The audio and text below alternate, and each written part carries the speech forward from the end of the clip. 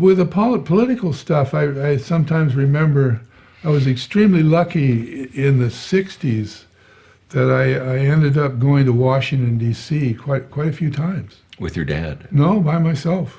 And then they were living there, and I would go back and see them. But then later, we were out here on the coast doing the banking thing, and I would go back and carry messages back to. We were associated with Wright Patman, who was a congressman. Wright Patman.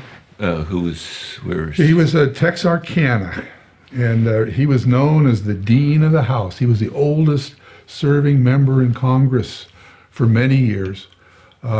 He refused to go to the Senate because he had such power in the Congress. Right. He was the chairman of the House Banking Currency Committee. He was the first one to open investigations in Watergate. He was very well respected. Lyndon Johnson's father, he and Lyndon were in the Texas legislature together. Johnson's father had told him, if you're ever in a situation you don't know what to do what Patman does, and you won't make a mistake.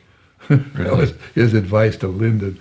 Yeah, and he'd have these great stories. I would meet him when he came off the elevator. He would always come to work at like 7 in the morning, and I would stand by the elevator when he came off the elevator. He would see me. And, intentionally, you would do? Oh yeah, I'd wait for him because I knew what his path was.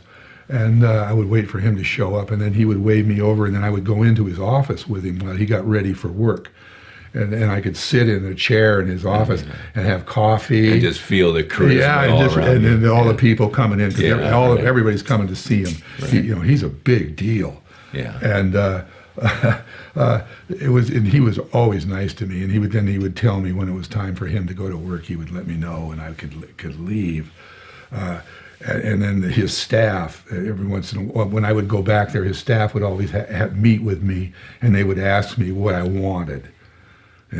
It's really something when you have one of those people ask you what you want, because they can deliver. Right. Coca-Cola with ice is right there as soon as you want, or what? Well, no, it's information. And is that right? Yeah, we were trying to bring down the Fed. Right. And he thought that was a good idea. Is that why Dad was in D.C.? Yeah, that's where he started.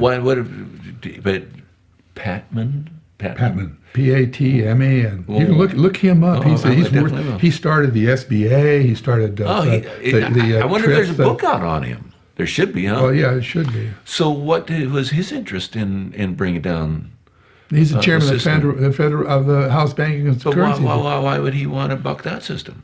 Because he realizes how corrupt it is and how wrong it is, and that's why. So he had power and a conscience. Yes. Okay. He was extremely honest. And he was the last populist politician. Is that so? Yeah, there hasn't been one since him. He was a real populist, in that he had the farmers, he had these people that all supported him. He didn't go back home to campaign. He didn't campaign. You want to run against him, you're just going to waste your money. Really? Yeah, he didn't need to. He was known to be. But he had to have delivered so they didn't have to campaign. Everyone knew that he was. Oh yeah, he's rising. He was a very powerful man. Huh? Very powerful man. He started the SBA. He started the what do you call them? The credit unions.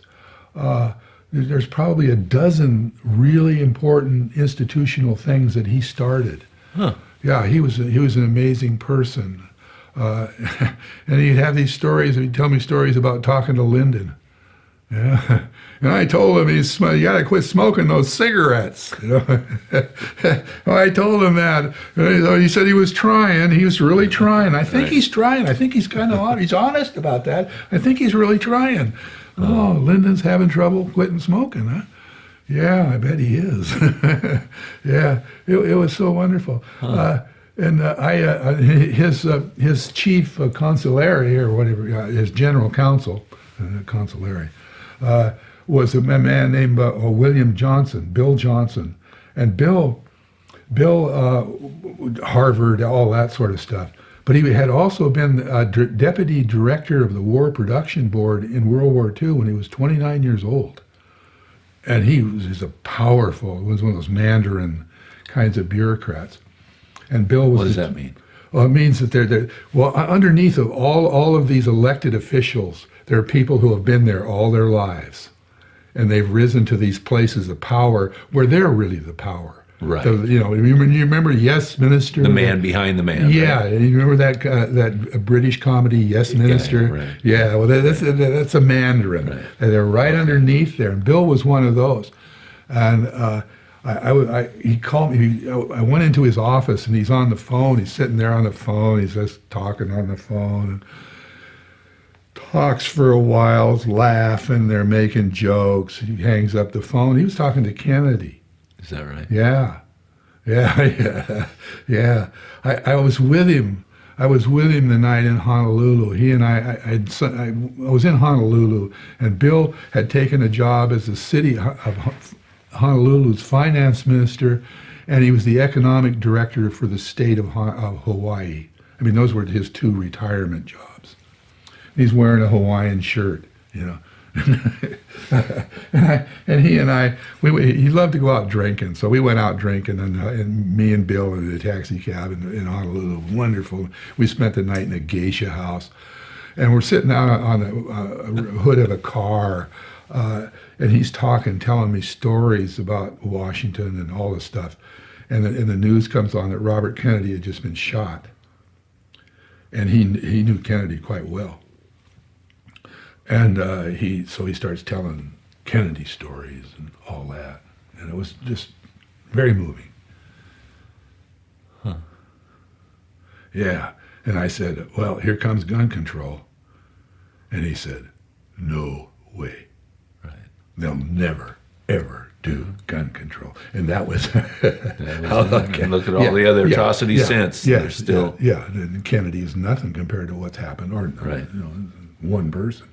And the guy that shot Kennedy was kind of interesting too, in that he was screaming, and nobody seemed to understand what he was screaming about. It was he was screaming New Jersey. Wasn't that Sirhan, Sirhan? yeah. He was drunk, and he was screaming New Jersey, New Jersey. And nobody New Jersey, nobody understands what that one. But then when you go into it, you realize they had used the New Jersey, the battleship, to shell some of the Golan Heights, and it had killed some of his family. Oh, is that right? And Kennedy was talking about giving them planes. They were. That's what the whole thing was over. Yeah. It wasn't the state. It was the it was the battleship. Yeah. He lost a mother, father, something. He lost family members in those shellings, and he's still in prison.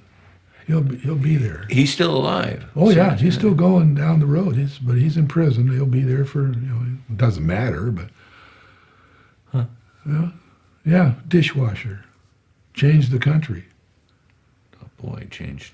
Yeah, Saturday Night Special. That was a real cheap pistol too that he had. Yeah. Sirhan. How far away was? Not that. That must have been a pretty good shot. No, he walked right up behind him. Oh, was it behind him? Okay. Kennedy was passing through the kitchen. It was a totally opportunistic thing. Oh, okay. He had a gun on him, Oh, okay. and he was upset. He just walked up and shot him. Oh, okay. And it was in the hotel. But I thought Roosevelt took the. Remember the football player was there, and he twisted the gun out of his hands. Do you remember that part? Okay. I had no idea. Well, you're in Hawaii. At a geisha house. I wasn't paying a lot of attention. Yeah. Oh, those geisha girls, they were wonderful. Yeah, well, let's not go there.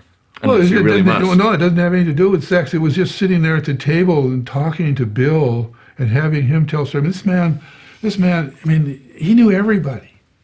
He knew everybody. Your president, it didn't matter. He knew you.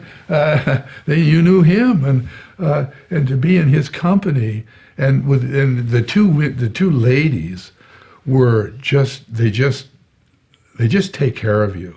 It has really little to do with, I shouldn't say sex because it's probably the best sex, but they just I take knew you were care going to of go it. there. I tried to stop you, but Well, it's just that everything and so smart and so conversational. And it just, we should have one of them here because then we could tell some stories.